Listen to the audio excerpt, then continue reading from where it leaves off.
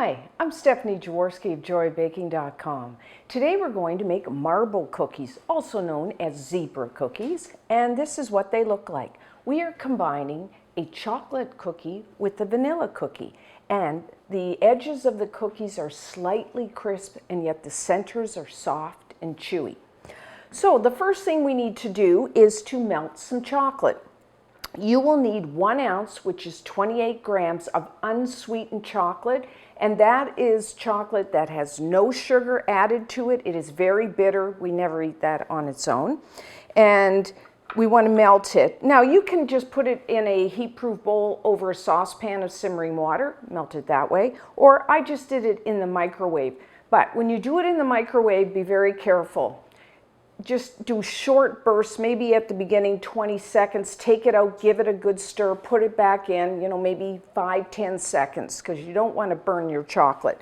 So that's what you do, and then we're just going to put that aside just to let it cool down a little. So for our batter, if you have a stand mixer, use your paddle attachment. You could use a hand mixer for this, or really you could just have a bowl with a wooden spoon. It's not a hard batter to make. The first thing you need is a half a cup, 113 grams of butter. Have your butter at room temperature. I prefer unsalted butter. I like the taste and I like to control the salt. But if you have a favorite salted butter, by all means, you could use that. And I'm just going to beat that until it gets nice and smooth and creamy.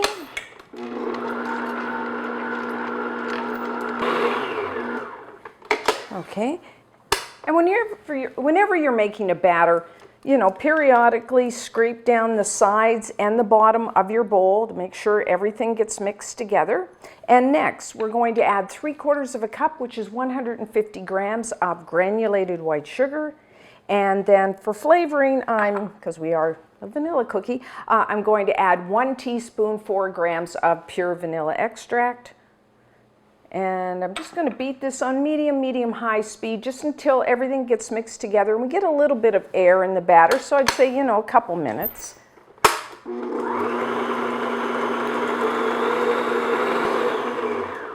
Okay, so I'm just going to give that a scrape.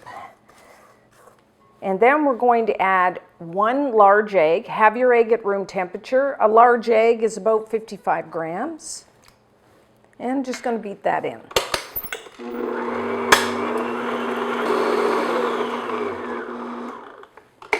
Okay, so now for our dry ingredients. In a separate bowl, I have 1½ cups, which is 195 grams of all-purpose flour. You may know that as plain flour. To that, I'm adding 1 teaspoon, 4 grams of baking powder, and 1/4 teaspoon, 1 gram of salt. I'm using a kosher salt. You could use a table salt. And if you use salted butter, just leave out that salt. And then you could sift your dry ingredients together. I'm just going to whisk. You want to make sure that you are mixing the baking powder and the salt into the flour thoroughly. Okay. And then I'm just going to add that, and we're just going to beat this on medium speed just until everything's mixed together.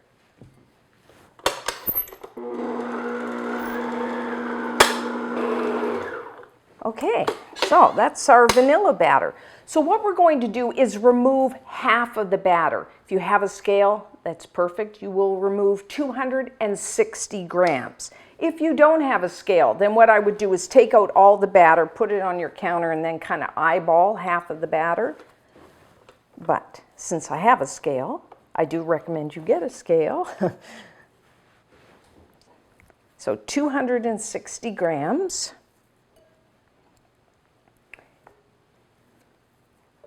And that is our vanilla batter. And to the remaining, what I have in here, I'm going to add that melted chocolate, and that will be our chocolate batter.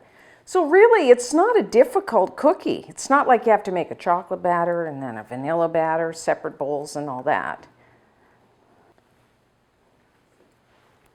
And just mix that in.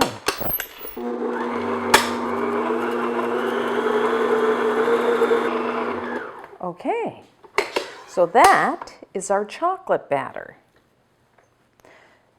Scrape this. And so what you're going to need, I have a piece of parchment paper. You could use wax paper. You could really just use even plastic wrap. Because now we're going to have to marbleize the two of those together.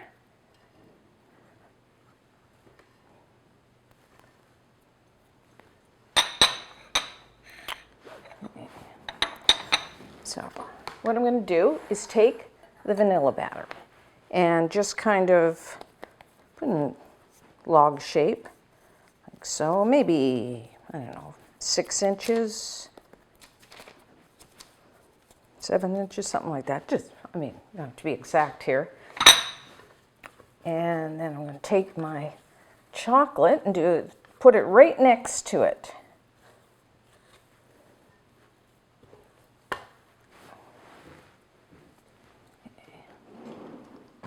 Knife here. Okay. Mix that. Put it the same length.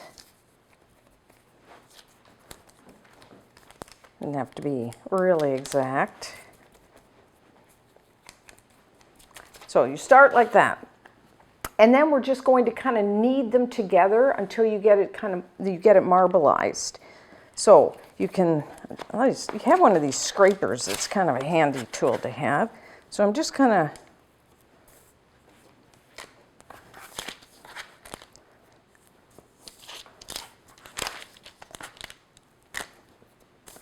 you know, every time it's going to be different how your cookies look, depending on how much, how little, how you marbleized your batter.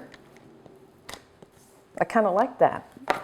Different. Sometimes it's more vanilla. Your cookie's more vanilla than chocolate. So then that's about all I'm going to do. And then we're going to form this into a log, about 8 inches long, 20 centimeters. This is what you would call a slice and bake cookie, because what we're going to do is we're going to form it into a log. Try to get it as even as possible. That's a little short there. You know, if you want smaller cookies, you would do a longer log. You want a thick cookie, you do a shorter log. Really, it's up to you. But kind of like that. And then we are going, you can't bake these right away.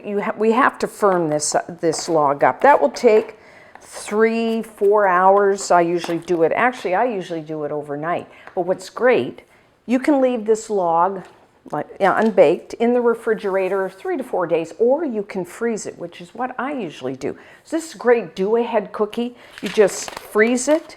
And then, whenever you want one cookie or you want to bake the whole log, you can just slice off the cookies and bake them. Perfect for Christmas. So what I'm going to do is wrap this up nice and tight, put it into the refrigerator to chill, and then when we come back, we will bake them off. So when you're ready to bake your cookies, preheat your oven to 375 degrees Fahrenheit, which is 190 degrees Celsius. And then you will need a baking sheet. I've lined mine with a piece of parchment paper. You could lightly butter your pan or spray it with one of those non-stick sprays. And then what you want to do is, now you can bake, I'm going to bake like 8 today. You can bake as many or, you know, up to say 12, 3 across. Or as little, just a couple. That's the great thing about a slice and bake cookie. Now, when I do it, you want a cutting board and a ruler. And then you want to slice your cookies, the log, into a 1/4 inch, which is a little more than 1/2 centimeter. And I usually just mark it off with my ruler and a knife. And then try to cut straight down if you can. Sometimes I get on an angle after a while. And then, as you can see here, isn't that great? And I notice as I cut through the log, because you kind of marbleize, when we're kneading it and marbleizing it, it will change. Sometimes I have more vanilla, sometimes more chocolate. It's kind of fun. The kids love that when they're choosing a cookie when you finish baking them. Which one do they want? So now for baking. Everyone's oven is a little different. You got to be careful with cookies. You know, a minute or two makes a difference in the texture. So I'm going to say about 8 to 10 minutes. Always rotate your baking sheet front to back about halfway through baking.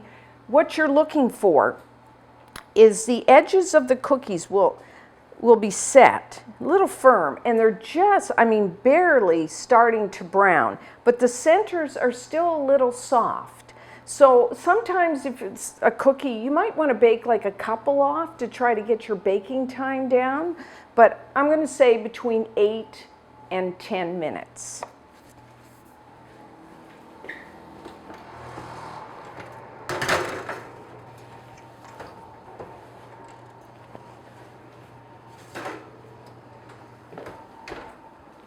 Okay, our marble cookies are done.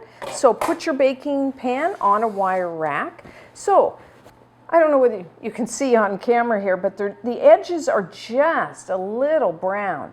But if I feel them, they're firm on the outside, but the centers are still a little soft. So that's how I like them. So what I'm going to do is let them sit in the pan for a couple minutes just to firm up, and then I'll use my spatula to transfer to a wire rack to finish cooling, and then when we come back we will try one. So our cookies have cooled down. Let's try one.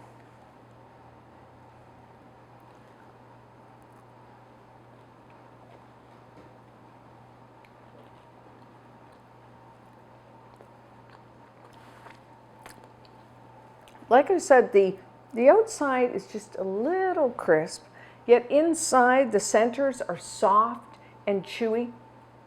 And I mean, this cookie, it kind of, if you like chocolate cookies and you like vanilla cookies, it's all in one. So I really like that.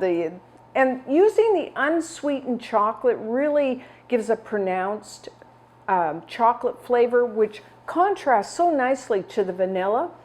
Now, you can, like I said, this is a slice and bake cookie. You can freeze the log for a couple months and then just take it out and slice as many off as you want. If you bake them off, you can store them at room temperature for about 5 days, I would say. So try this one. And until next time, I'm Stephanie Jaworski of joybaking.com.